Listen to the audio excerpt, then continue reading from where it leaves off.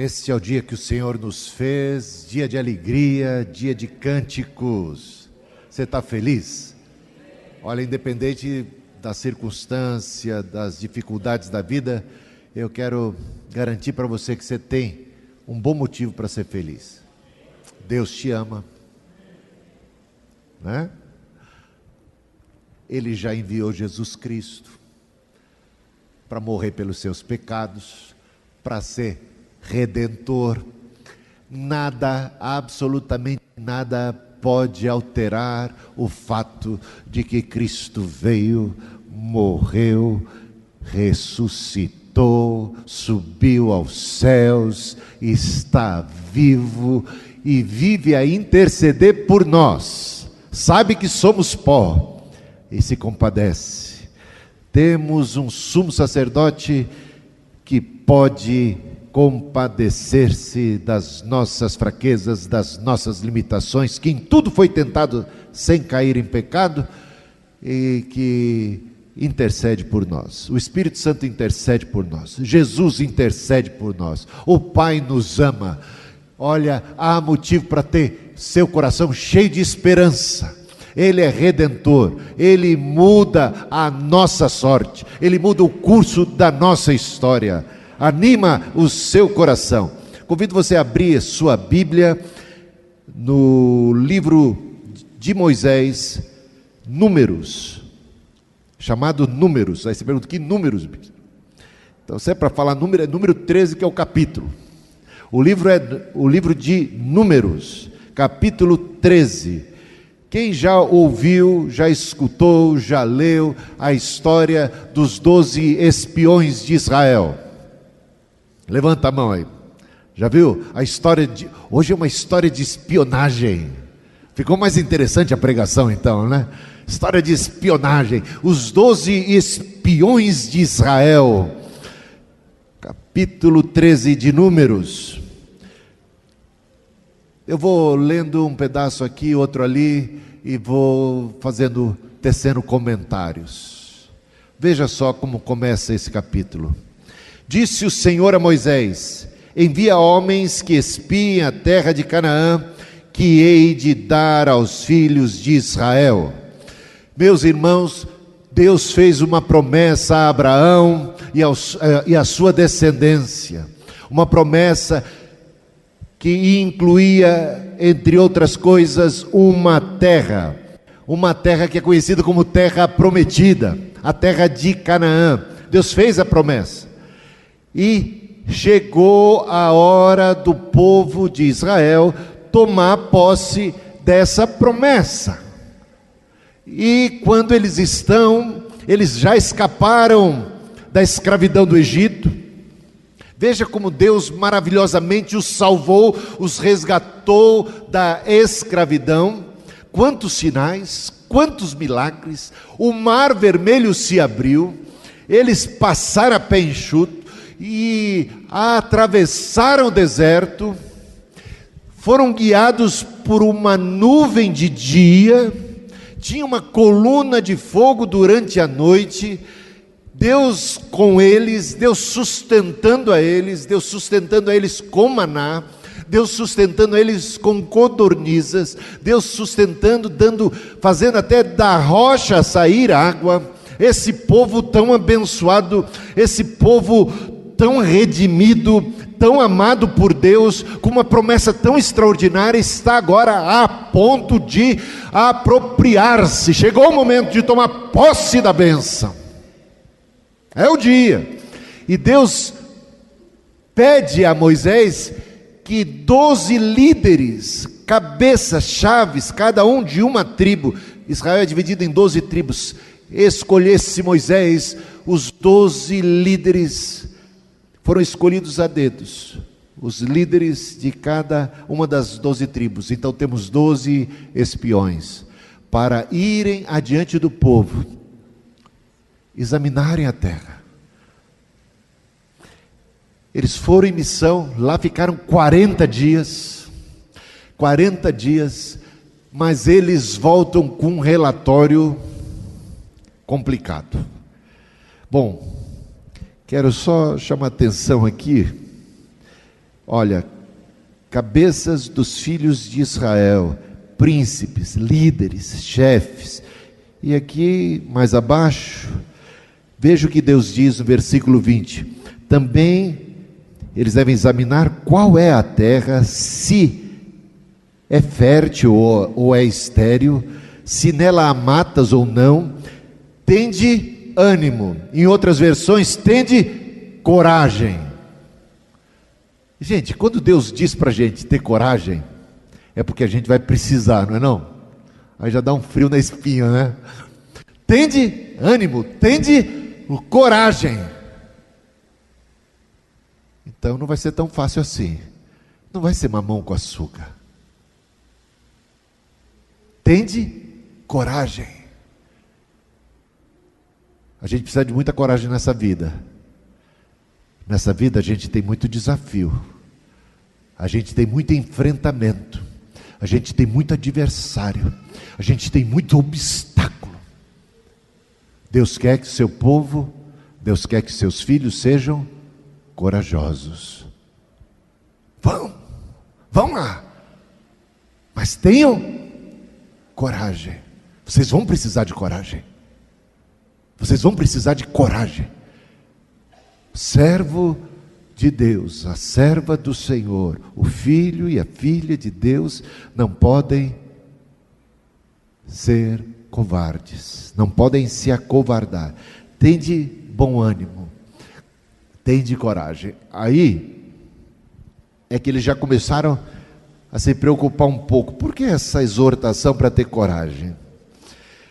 Veja só o relatório mais abaixo, aqui, a partir do versículo 25, nós temos o retorno dos 12 espias e o relatório deles. Repare bem, ao cabo de 40 dias, voltaram de espiar a terra, caminharam e vieram a Moisés e Arão e a toda a congregação dos filhos de Israel no deserto de Parã, a Cádiz.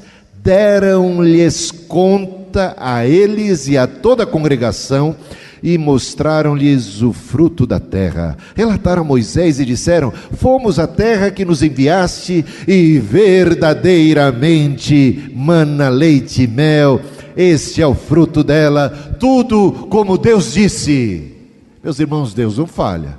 Deus disse que era terra boa, Deus disse que era terra que mana leite e mel, e eles constataram isso, e eles disseram no seu relatório: verdadeiramente, de fato, é uma terra próspera, é uma terra abençoada, nela mana leite e mel. E olha o fruto, que bendito fruto desta terra.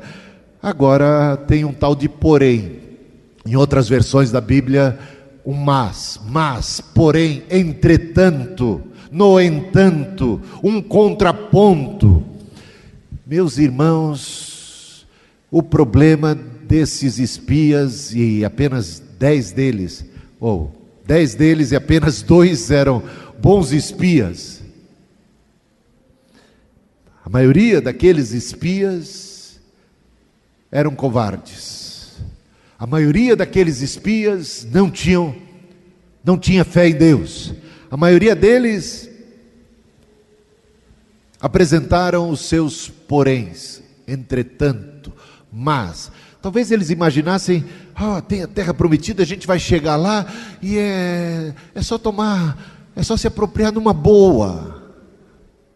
Tem gente que acha que a vida é um mar de rosas, que vai levar tudo no banho-maria, que tudo vai ser fácil. Deus está com a gente, vai ser fácil. Deus está com a gente, vai ser moleza.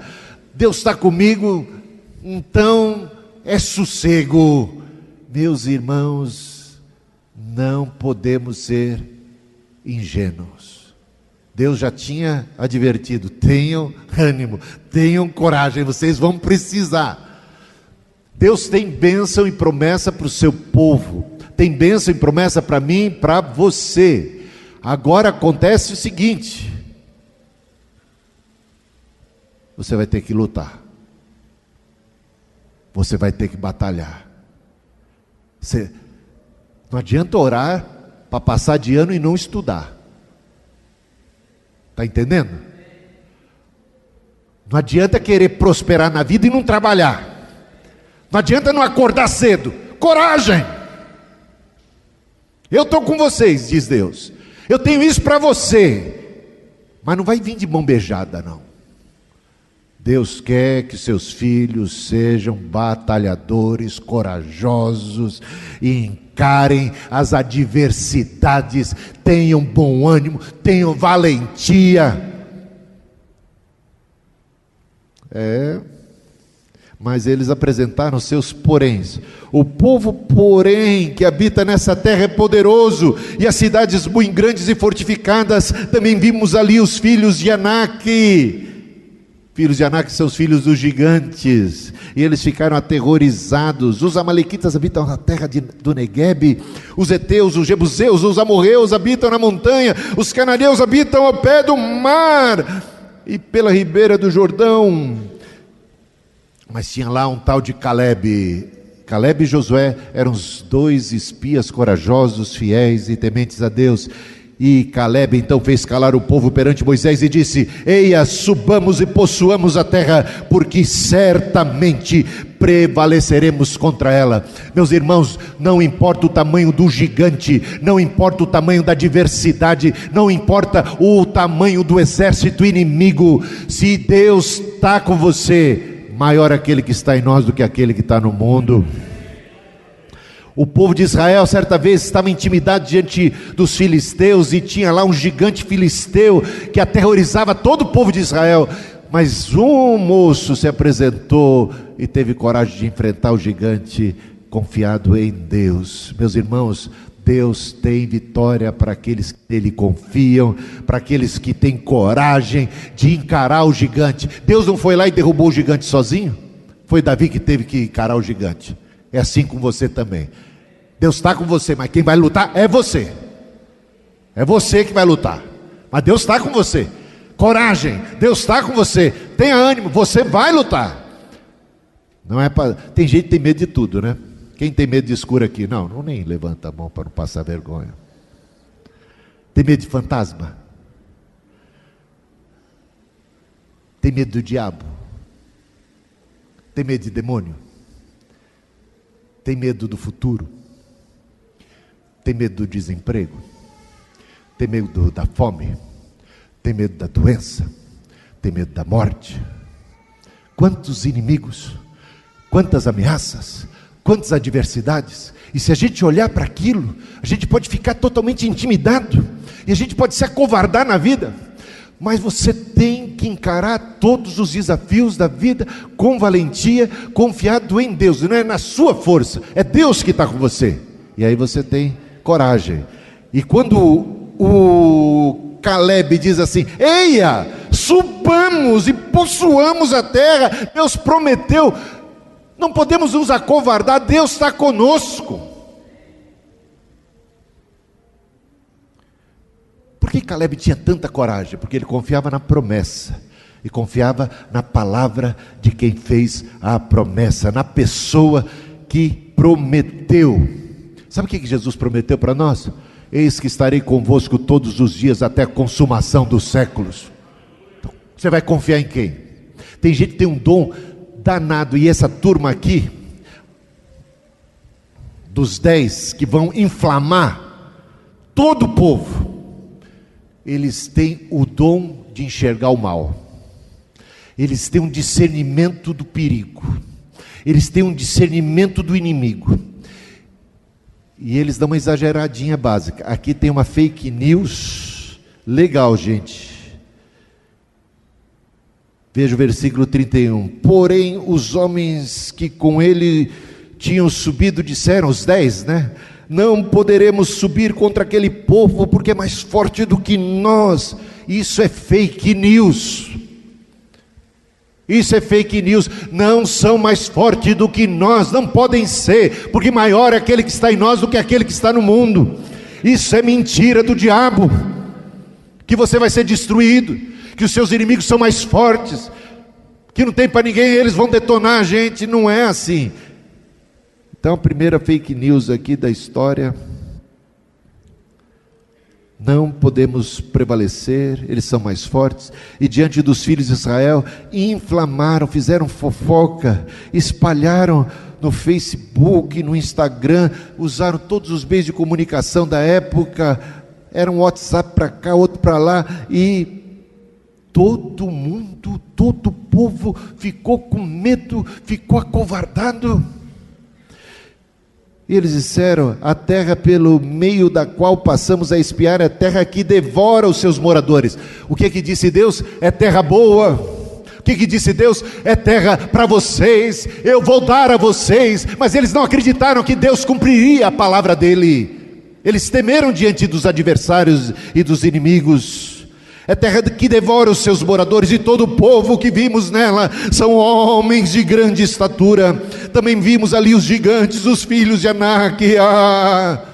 E aquele pavor tomou conta de todo mundo, e éramos aos nossos próprios olhos como gafanhotos, e assim também o éramos aos seus olhos. Meus irmãos, a falta de fé, a incredulidade produziu, no mínimo, as seguintes consequências, como nós podemos ver: covardia.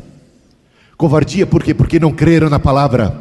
Covardia porque não creram em Deus. Covardia porque não creram na promessa. Covardia porque duvidaram.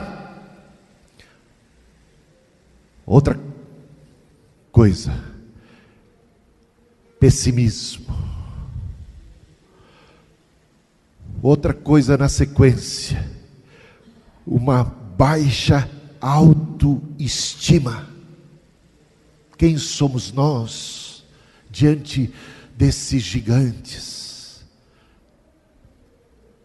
Eles se sentiram como insetos, como gafanhotos, à mercê de gigantes tremendos.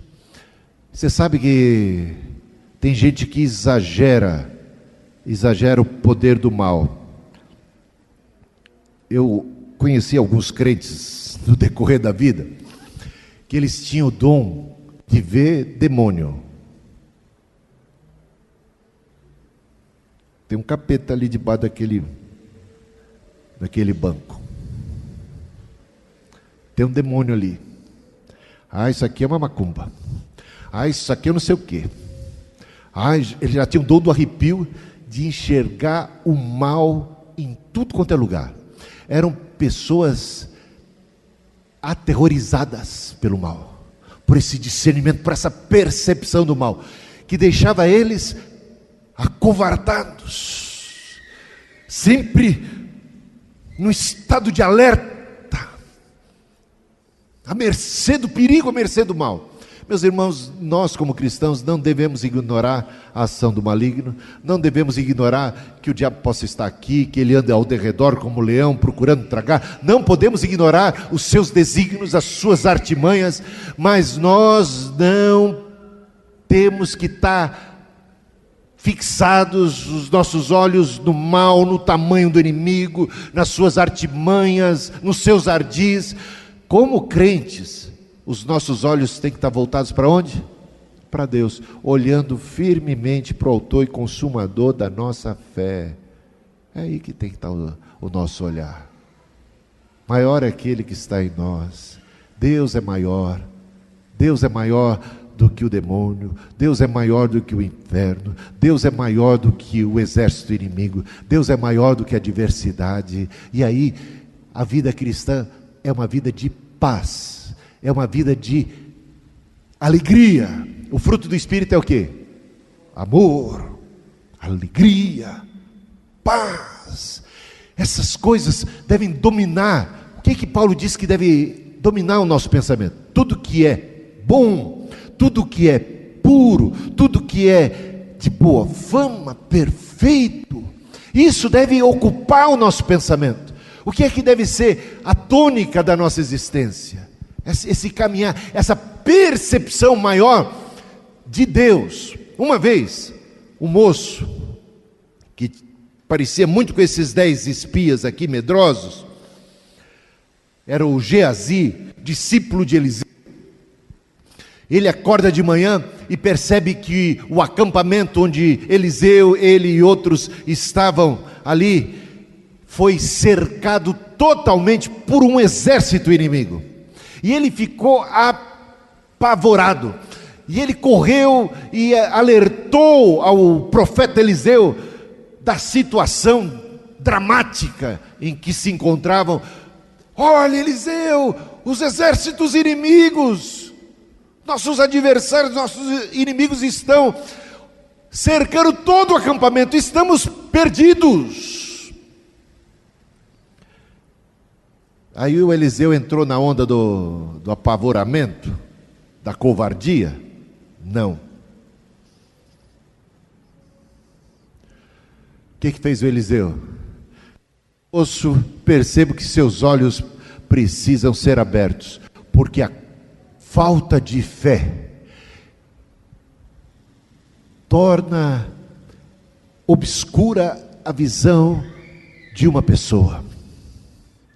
Não enxerga as coisas direito, enxerga o mal, mas não enxerga o bem, enxerga o inimigo, mas não enxerga.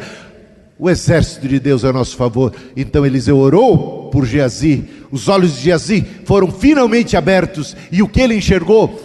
Um exército de fogo, de seres angelicais, cercando todo o acampamento, um exército muito mais poderoso, muito mais forte, que só pode ser enxergado com os olhos da fé.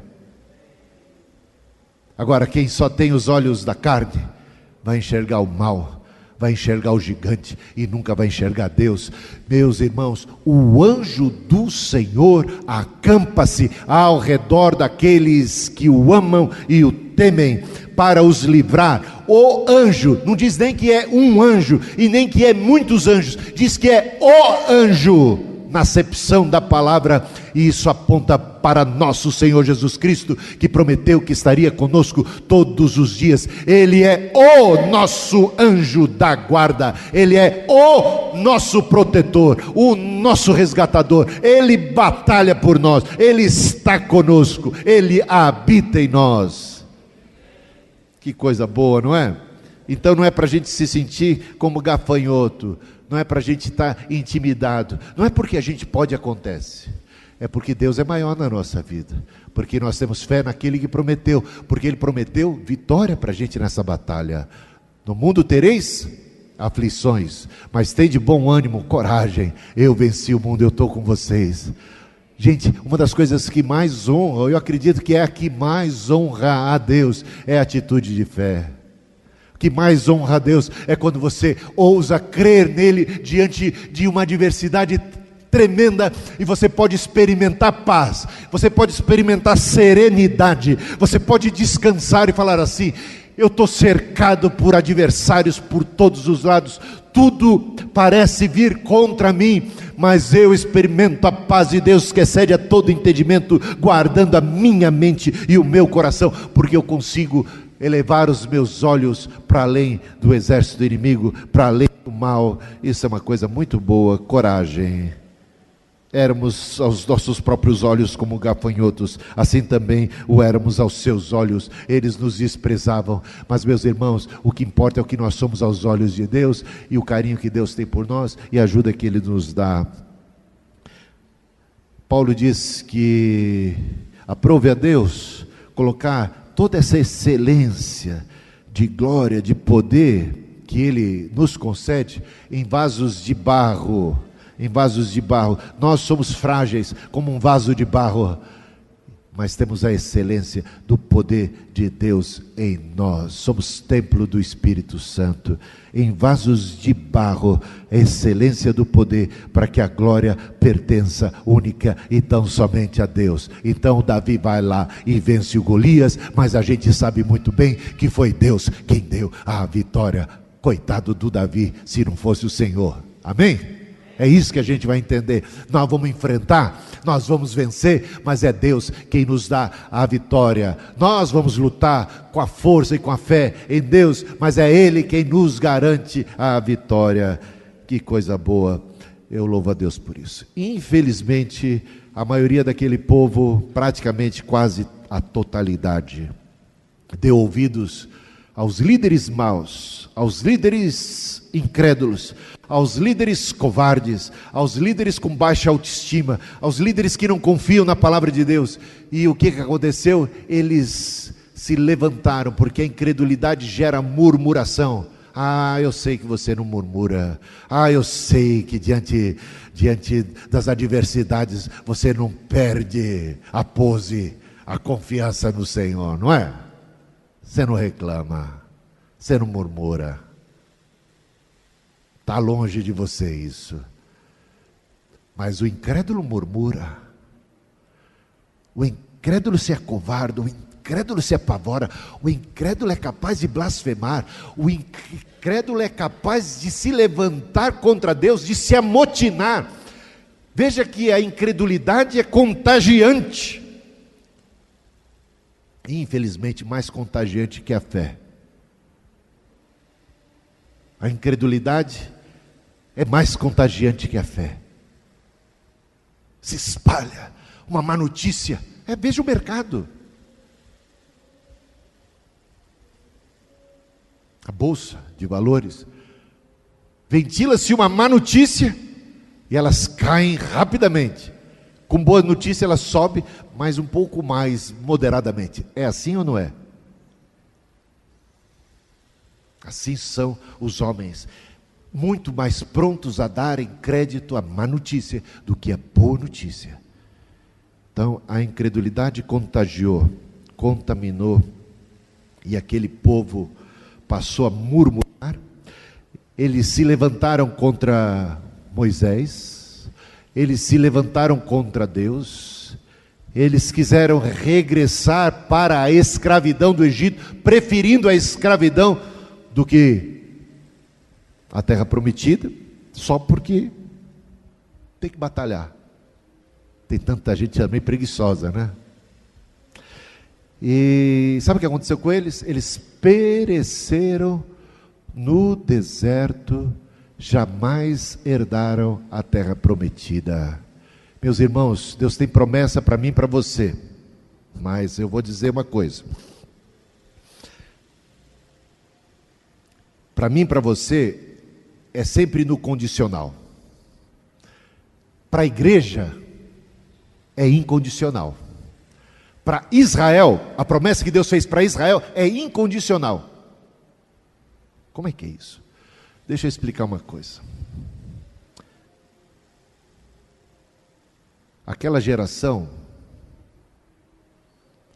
podia ter entrado na terra prometida se tivesse fé. Mas aquela geração falhou e pereceu no deserto. Mas Deus fez uma promessa de que Israel herdaria a terra prometida. Uma nova geração vai nascer. E essa nova geração entrará na Canaã. Você está entendendo? Aí a gente se lembra da famosa frase do saudoso Vicente Mateus, presidente do Corinthians, e a galera do Corinthians diga amém nessa igreja. Que vergonha de dizer amém, não é? Se eu falasse os palmeirenses, eles iam dizer amém, tem orgulho.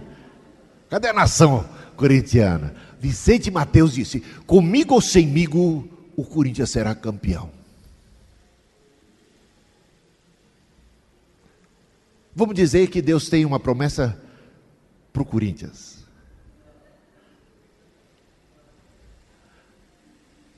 Mas pode ser que um corintiano venha arrefecer e deixe de ser da fiel. Está entendendo? Esse não vai ser campeão. Esse vai perecer no caminho. Mas a promessa que Deus tem para o Corinthians, está entendendo o que eu estou... Deus não tem, eu acho que promessa nenhuma para o Corinthians, eu acho que não. Espero que não.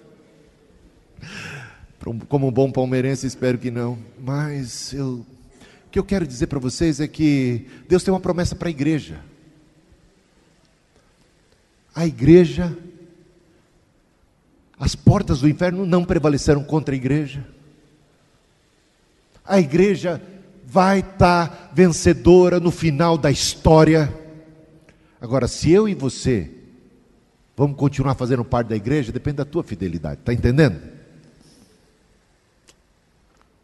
Dá para perceber isso claramente aqui? Pega 1 Coríntios capítulo 10, você vai entender que eles, diz o apóstolo Paulo, eles foram libertos, eles foram batizados na nuvem e no mar.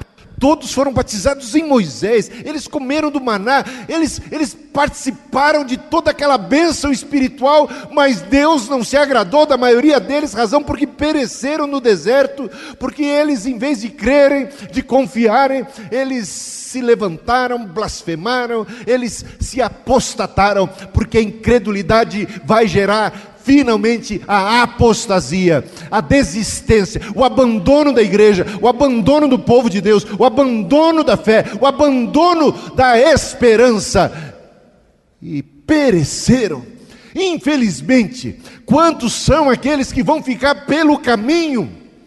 Por quê? Porque não perseveraram na fé, porque abandonaram a sua esperança. Meus irmãos, Deus queria que eles entrassem, Deus tinha isso para eles como povo, mas aquela geração pereceu. Mas a promessa de Deus não perece, e Deus tem uma nova Canaã, uma nova Jerusalém, para mim e para você, para o seu povo, e o povo de Deus estará vivendo perpetuamente nela, e que eu e você não incorramos no mesmo erro de incredulidade que nos afasta do Deus vivo, que nos aparta das promessas, que nos distancia de Deus. Que coisa! Amém. Acho que já foi. Era isso aí. Vamos ter um momento de oração? Coloquemos-nos em pé.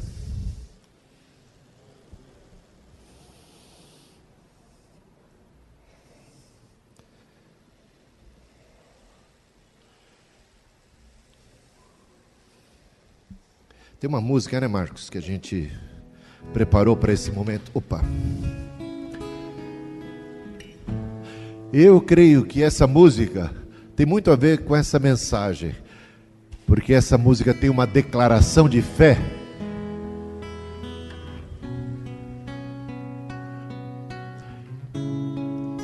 Que é uma declaração de fé muito semelhante à declaração de fé de Caleb.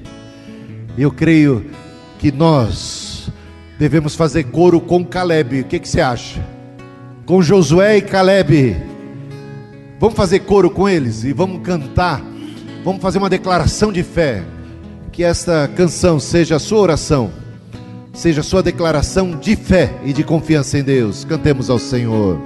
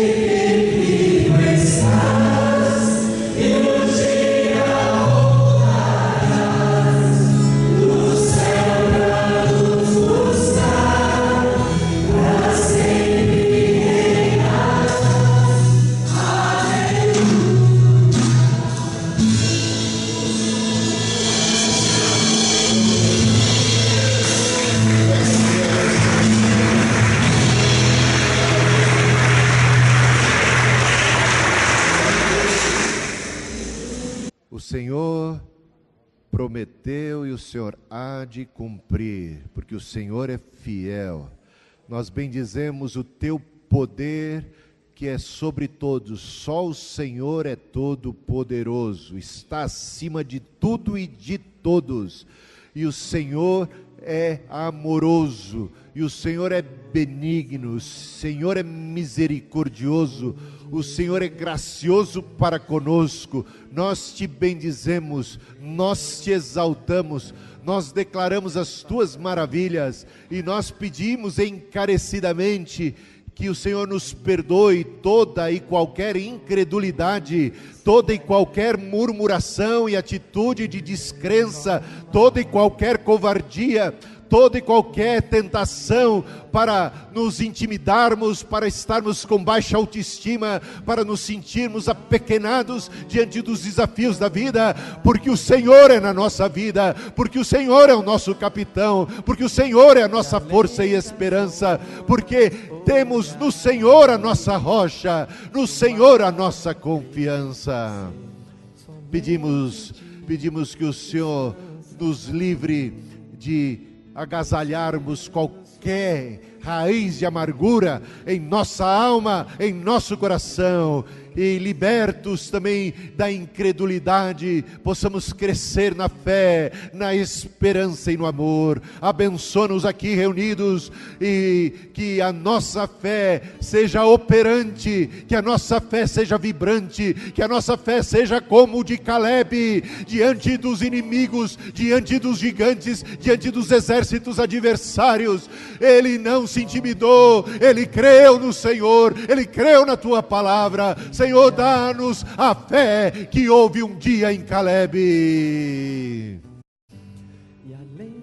Seja constituído aqui, Senhor, um povo diferente daquele que pereceu no deserto, um povo com atitude semelhante a de Josué e de Caleb, uma atitude positiva de fé e esperança, um povo unido no mesmo propósito, um povo a caminho da Nova Jerusalém, um povo corajoso, empreendedor, desbravador, trabalhador, lutador, um povo de gana e de garra, uma garra que é aquela que temos porque estamos agarrados no Senhor, uma gana que vem do Senhor, uma fonte de vida que vem do Senhor, uma fonte de esperança que faz a gente olhar para o futuro com esperança, com fé, com confiança. Ó Senhor, que esta mensagem das Escrituras Sagradas venha ao nosso encontro nesta noite bendita, nesta noite de culto, nesta noite de encontro com o Senhor, nessa noite de comunidade da fé, diante do Senhor, o cabeça da igreja que nos fortalece. Seja um momento de muita inspiração, de muito desafio para a nossa vida, de uma guinada para vitória, porque em Cristo somos mais do que vencedores. Amém, amém. Abençoa, Senhor, a todos aqui reunidos. Deus Pai, Filho e Espírito Santo, obrigado, Jesus, pela promessa de estar conosco. Leva-nos em paz e segurança para os nossos lares. Que essa seja uma noite abençoada na Tua presença. Que a nossa casa seja uma casa tomada pela presença do Espírito Santo, que expulsa todo pessimismo, que expulsa todas as trevas, que expulsa todo o mal. E uma semana de vitória diante dos embates. Haverá luta, sim. Haverá momentos mais difíceis, momentos em que estaremos precisando de muita fé, mas o Senhor é que nos dá coragem. O Senhor está conosco, o Senhor é a nossa confiança e a nossa certeza de vitória. Como Caleb, nós podemos dizer: vamos, subamos, vamos enfrentar e vamos vencer. Certamente venceremos, porque o Senhor é conosco. Uma semana de paz e bênção e de vitória.